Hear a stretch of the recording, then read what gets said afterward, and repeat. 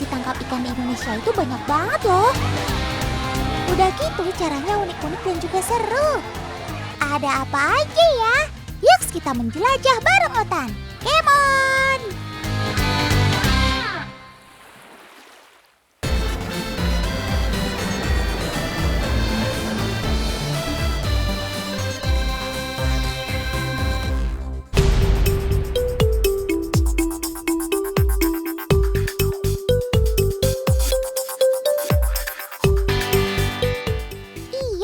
Bandeng yang suka loncat-loncat.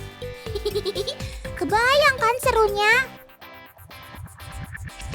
Sekarang Otan dan para paman yang mau panen berada di Kabupaten Gresik, Provinsi Jawa Timur.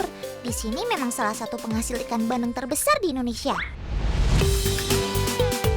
Lihat aja nih, tambak yang ini aja luasnya sampai 6 hektar alias 8 kali lebih luas lapangan bola. Woohoo! Gak kebayang ya, bisa berapa banyak ikan bandeng yang bisa dipanen. Bisa belasan, bahkan puluhan ton, teman. Cuakep abes. Kalau udah dijaring, ikan bandengnya diangkut dengan menggunakan perahu. Biar gak capek ngangkat, biasanya tinggal digelinding lewat rel kayu ini. Sik, asik, asik. Sistematis banget cara kerjanya. Gak pakai ribet, gak pakai rempong. Jangan lupa kasih es batu juga ya, biar gak cepat busuk ikannya.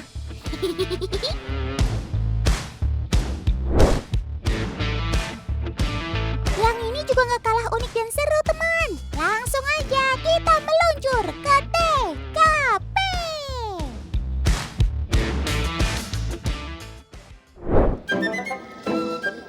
Teman, mereka akan panen raya ikan se.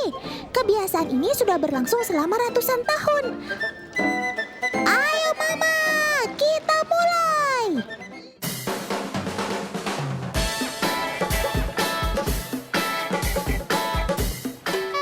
Menangkap ikan se biasanya dilakukan secara berkelompok,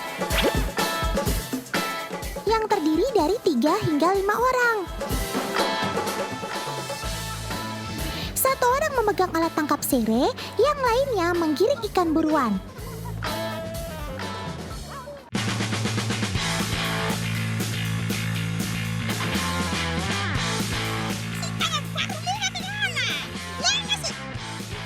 Kanan, kiri sedikit, Ma.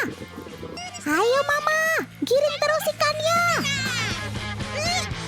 Wah, ikan buruan kita banyak banget.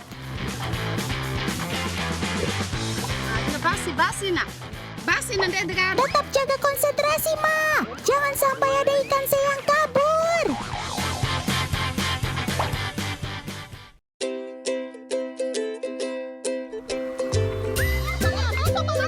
Sedikit lagi.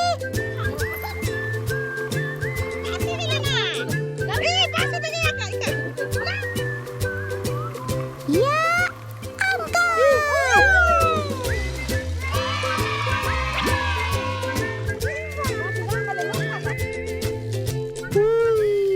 Tangkapan pertama cukup banyak juga nih. Ayo Mama, lanjut. Acara seikase ini biasa diadakan saat laut surut, mulai dari Pantai Paga hingga Pantai Mauloo, teman.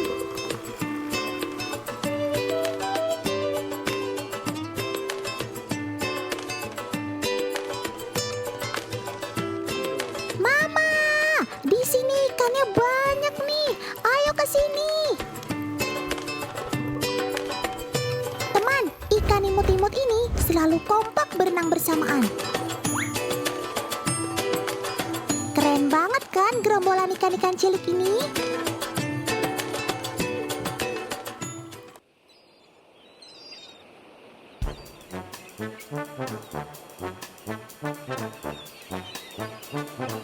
Oh iya, kalau sebanyak ini yang menangkap ikan se, apa ikan yang gak habis ya? Eits, tenang saja teman. Dengan alat tangkap ini masih memungkinkan sebagian ikan se untuk kabur. Berbeda bila menggunakan jaring, semua bisa tertangkap.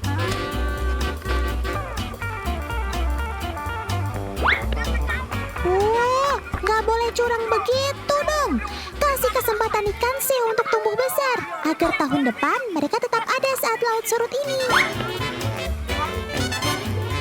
Oh iya teman, ada yang tahu ikan C ini kalau sudah besar jadi ikan apa? Ikan C kalau sudah besar akan menjadi ikan baronang teman. Woi kakak, santai saja makannya. Di sini sumber pakan kalian sangat berlimpah kok. Nah, kalau yang ini pasti gak kalah seru. Soalnya pesertanya itu ibu-ibu. Coba dicek, jangan-jangan ada ibu kalian yang ikut tuh.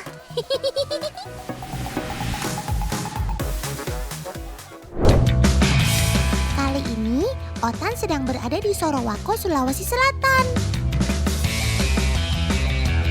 Tepatnya di danau terdalam se-Asia Tenggara dan peringkat ke-8 di dunia. Ada yang tahu? Nggak ada yang tahu nih. Ayo belajar lagi geografi ya teman. Untung Otan baik hati, jadi dikasih tahu deh. Dia adalah si Danau Purba.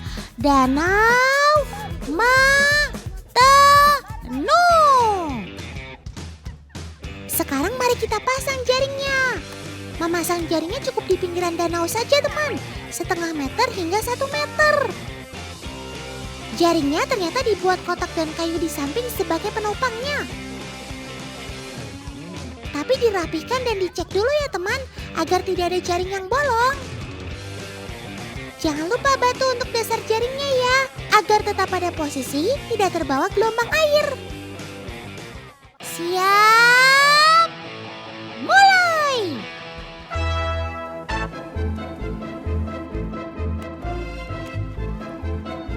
Nah, fungsi dari towari atau tongkat kayu yang diikatkan daun palung pada bagian depan adalah untuk menakuti ikan opudi dengan cara diayun ke depan dan ke belakang.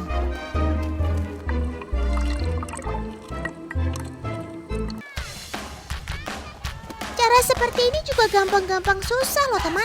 Kerjasama dari setiap orang sangat dibutuhkan agar ikan tetap bergerombol dan tidak pecah.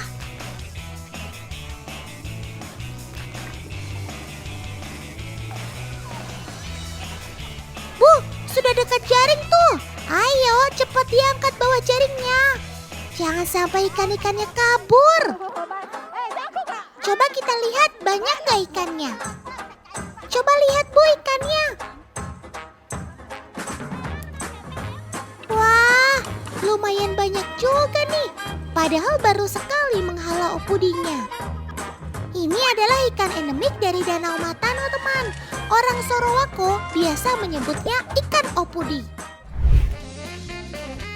Cara tangkap seperti ini disebut juga meopudi, yang artinya menangkap opudi.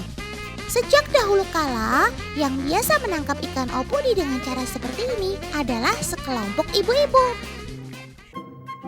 Jadi, jaring berbentuk kotak sudah diikat pada sebatang kayu bagian sisi-sisinya. Sedangkan jaringnya akan turun sampai dasar dan panjangnya dapat mencapai 2 meter. Sementara satu sisi dibiarkan terbuka untuk masuknya ikan. Setelah itu, para ibu-ibu akan menyisir ikan dari satu sudut menuju jaring. Dan apabila sudah mencapai sisi yang sudah terbuka, dengan cepat jaring akan langsung diangkat. Dan ikan akan langsung berada di pinggir jaring. Namun sayang teman, menangkap ikan dengan cara seperti ini sudah sangat langka. Yang mengetahui hanya tinggal ibu-ibu saja, tidak ada penerusnya. Saat melakukan meopudi, biasanya dilakukan 2-3 kali menghalau ikan agar hasil tangkapan semakin banyak. Warna sirip punggung yang mencolok seperti kuning dan abu kebiruan merupakan ciri khas ikan opudi. Ikan opudi ini memang berukuran kecil teman. Panjang maksimalnya saja hanya 9 cm. Ikan opudi menyenangi perairan yang dangkal, yaitu kurang dari 3 meter. Ia sering ditemukan pada tanaman air dan bebatuan, seperti lokasi yang sedang kita cari ini. Kalau kalian lihat, mereka menempel terus ya sama pasangannya. Karena pejantan dari Opudi ini iseng banget teman. Dia biasanya akan mengganggu betina milik pejantan lain. Nah, jadi seperti ini kan kejar-kejaran. Aduh, sudah dong. Kan sudah ada pasangan masing-masing. Malu sama teman-teman di rumah. Saat bertelur, Opudi biasanya akan berlari ke tepi danau. Lalu akan meletakkan telur-telurnya di tanaman air tertentu yang berada di pinggir danau. Nah, ini dia dede-dede bayi Opudi yang telah menetas. Karena termasuk dalam ikan pelagis, mereka berenang di permukaan air dan bergerombol. Selamat datang di dunia binatang, dede-dede Opudi. Kalian lucu-lucu deh. Namun sayang, populasi dari ikan Opudi ini semakin menurun teman. Ini karena adanya predator yang memakan anakan Opudi. Sehat-sehat ya kamu dede Opudi. Saat sudah tertangkap seperti ini, biasanya akan langsung dimasak oleh ibu-ibu. Ikan sekecil ini kira-kira akan dimasak apa ya? Otak jadi penasaran. Ayo kita lihat saja.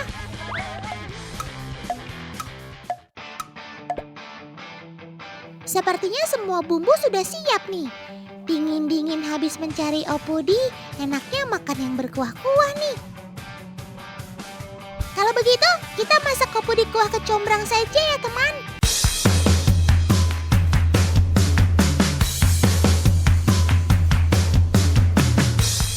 Dan this is it, Opudi kuah kecombrang ala Sorowako. Harum banget wanginya. Otan sudah gak sabar nih pengen icip-icip. Langsung serbu. Nikmat. Asam dan sedikit agak pedas. Ditambah ikan Opudi yang sangat fresh. Bercampur jadi satu. Apalagi sambil berkumpul seperti ini. Paket komplit namanya. Memang jempolan masakan ibu-ibu ini.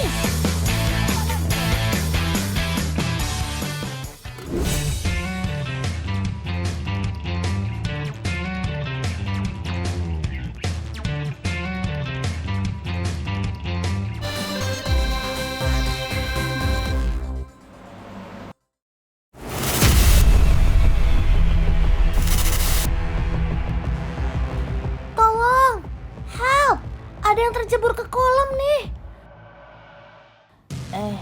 Dolpino kan bisa berenang. Tunggu ya paman, Dolpino segera meluncur. Loh, Dolpino belum basah kok sudah ada yang menolong sih? Kamu siapa ya? Alah, ternyata ada sohibnya Dolpino teman. Wah, terima kasih banyak ya. Kamu datang di saat yang tepat. Teman, lumba-lumba memang memiliki histori baik dengan manusia. Tidak sedikit loh kisah mengharukan lumba-lumba yang menyelamatkan para awak kapal. Sampai-sampai jadi cerita legenda yang menginspirasi buku ataupun film. Keren ya Dolpino dan sobat-sobat ini.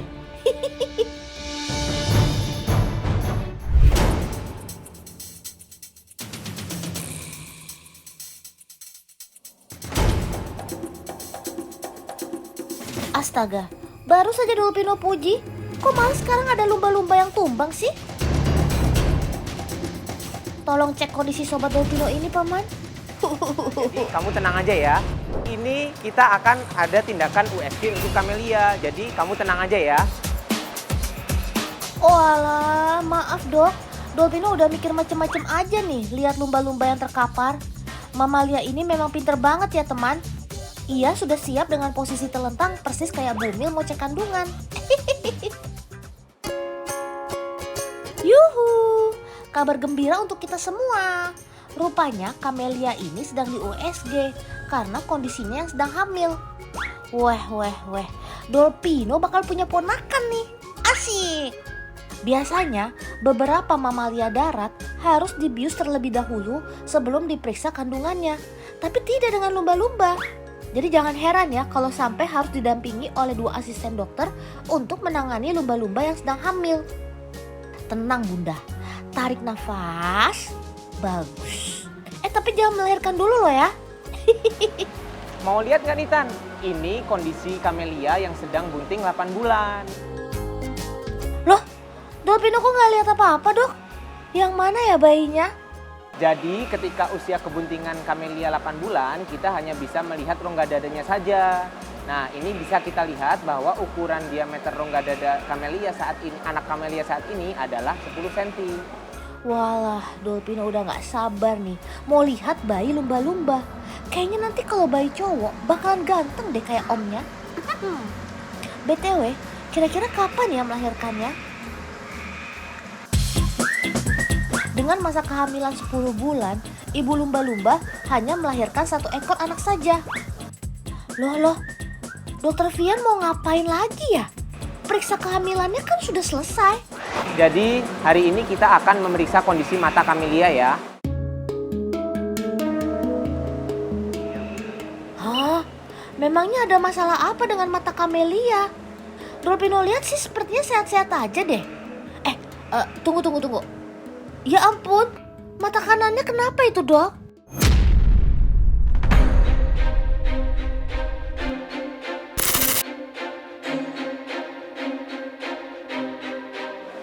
Ya, jadi Camellia ini merupakan lumba-lumba hasil rescue dengan kondisi mata yang buta sebelah. Tetapi itu tidak mempengaruhi status kesehatannya kok.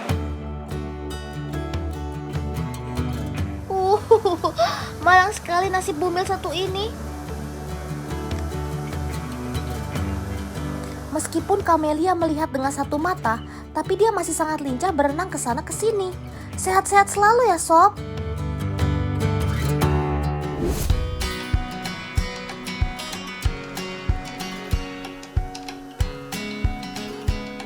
Oh iya, Sobat Dolpino ini adalah mamalia ya, bukan ikan.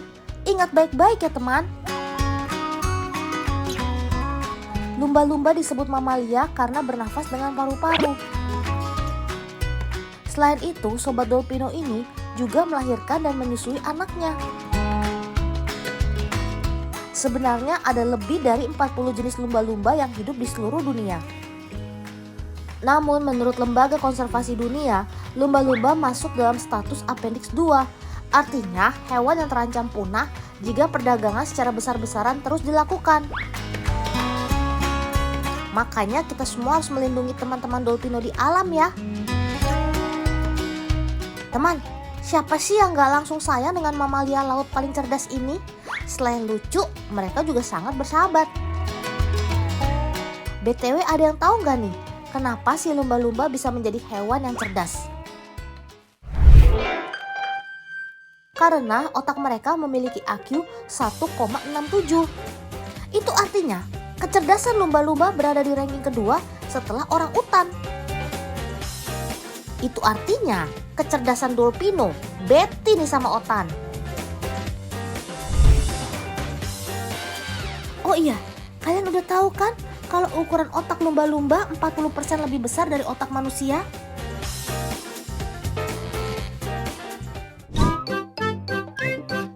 Dan yang unik, kedua sisi otak lumba-lumba bekerja secara terpisah. Ia bisa beristirahat dengan hanya mengaktifkan setengah dari otaknya. Dengan begitu, walau tertidur, lumba-lumba tetap bisa beraktivitas dan berenang seperti biasa. Kermaks! Keren maksimal! Makanya gak heran ya kalau lumba-lumba bisa bersahabat dengan manusia. Karena ia mampu mengingat siapa lawan ataupun kawannya. Oh ya teman, walau lumba-lumba terkenal dengan kecerdasannya, tapi sayangnya mereka tidak memiliki indera penciuman. Sebagai gantinya, lumba-lumba menggunakan suara atau sistem sonar untuk mencari arah, mencari makan saat berenang, dan berkomunikasi dengan lumba-lumba lainnya. Bahkan sesama lumba-lumba dapat berkomunikasi meski terpaut jarak 220 km. Itulah mengapa Dolpino gak pernah isi paket internet, teman. Oh iya, di lautan lepas jarang sekali loh hiu berani menyerang Sobat Dolpino ini. Tapi seandainya mereka bertemu dan bertarung, kalian tahu nggak siapa yang bakal menang? Buat yang penasaran, Dolpino kasih fakta uniknya ya teman. Pertama, lumba-lumba selalu berenang dalam kelompok, berbeda dengan hiu yang hidupnya menyendiri. Kedua, meski terlihat imut, sobat dolpino ini memiliki 268 gigi yang tajam. Kebayangkan kalau si hiu dikeroyok sama satu tongkrongan dolpino? Dan yang ketiga, lumba-lumba mampu membuat strategi untuk menyerang atau menghindar. Jadi dapat dipastikan, sobat-sobat dolpino inilah yang jadi pemenangnya. Mantap jiwa, komandan!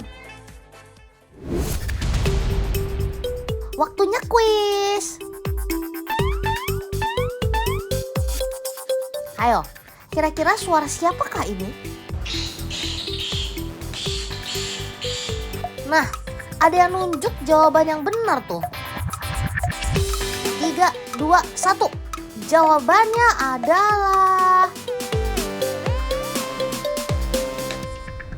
yaps, siulan mirip burung ini ternyata berasal dari lumba-lumba, teman. Sejatinya, sobat dolpino ini adalah hewan berkelompok. Salah satu cara berkomunikasi si hidung botol ini adalah menggunakan suara. Tiap siulan lumba-lumba memiliki arti yang berbeda. Yang jelas hanya mereka dan dolpino yang paham.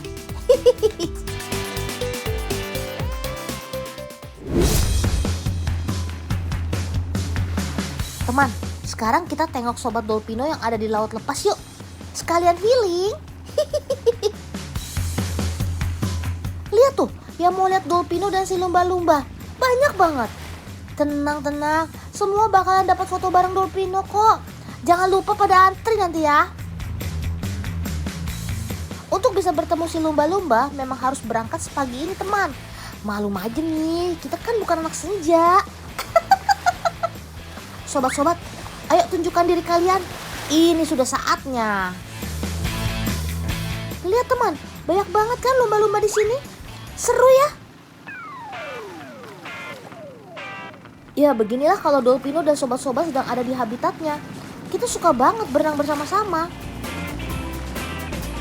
Loh, udah ada yang gak sabar ya mau foto-foto bareng dolpino. Tenang. Sekarang dolpino lagi kasih info dulu ya ke teman-teman di rumah.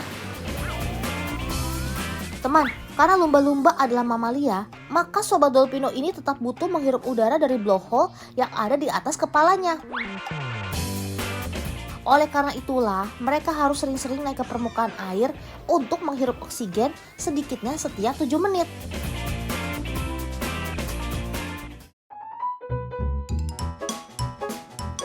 Ngomong-ngomong, untuk bisa lihat langsung si lumba-lumba, kalian harus datang ke Pantai Lovina yang ada di Bali. Bukan Pantai Kuta, apalagi Pantai Sanur ya. Soalnya di Lovina ini suhu perairannya selalu hangat. Cocok untuk jadi rumah untuk mamalia cerdas ini. Selain itu, stok makanan untuk mereka juga masih melimpah seperti ikan kecil, cumi-cumi, dan belut laut. Setiap harinya lumba-lumba butuh makanan sekitar 10% dari berat tubuhnya. Jadi, jika berat lumba-lumba dewasa 300 kg, maka mereka butuh 30 kg makanan setiap hari. Wah. Jadi jangan heran ya, kalau dolpino bisa segemuk ini.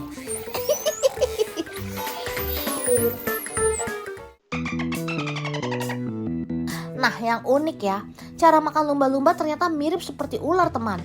Yaitu dengan menelan bulat-bulat mangsanya. Push, sobat dolpino ini berenangnya cepet banget ya. Bahkan mereka bisa berenang hingga kecepatan 60 km per jam. Cakep kan? Meski bobot tubuhnya bisa mencapai 600 kg, tapi sama sekali tidak mengganggu kelincahannya saat berenang di laut lepas. Itu karena lumba-lumba tidak memiliki sisik, jadi tubuhnya licin dan aerodinamis.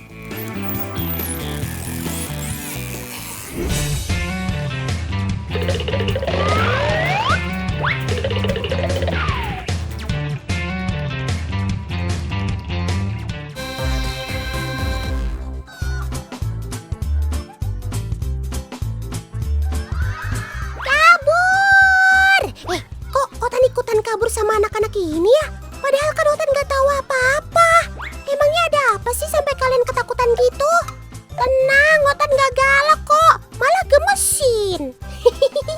Coba Omen alias Om Kameramen kasih tahu kejadian yang sebenarnya.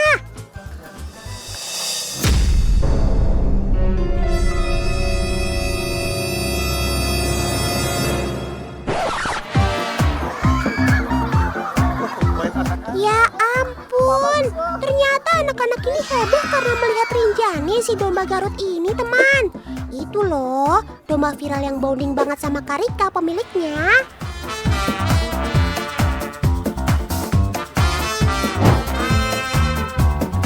Karika memang sering mengajak Rinjani berjalan-jalan keluar rumah, teman. Nah, tujuan mereka kali ini adalah alun-alun Garut.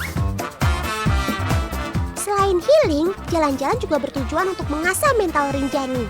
Rinjani sering sekali ikut adu ketangkasan, teman. Oleh karena itulah, ia harus terbiasa dengan keramaian seperti ini.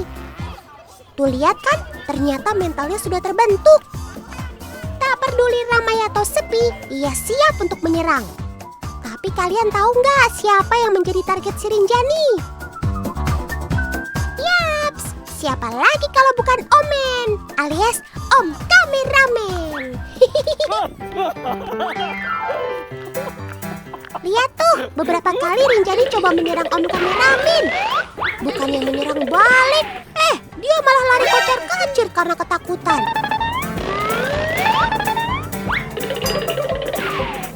Sabar ya Om, liputan siotan memang butuh perjuangan.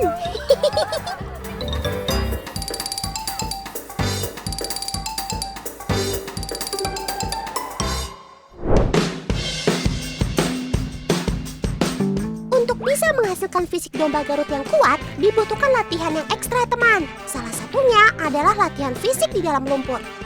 Pertama, domba akan diajak berkeliling jalan terlebih dahulu. Tujuannya agar otot-otot kaki domba terbiasa dengan medan yang berat. Loh, kok ini malah Karika dan teman-temannya yang pada jatuh sih? Ternyata memang benar, berjalan di lumpur seperti ini tidak mudah, teman. Nah, sekarang Otan mau challenge kamu nih. Kira-kira bisa nggak ya kalau larinya di lumpur? Siap, Sob? Let's go!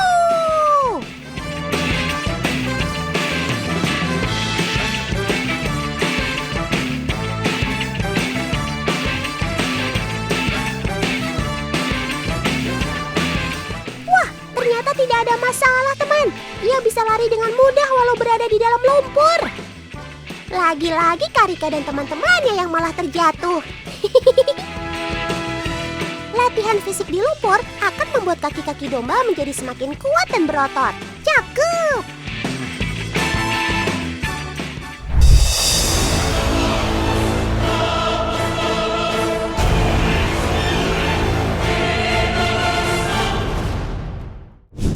Skuad domba Garut ini memang suka bertualang bertiga bersama domba mereka.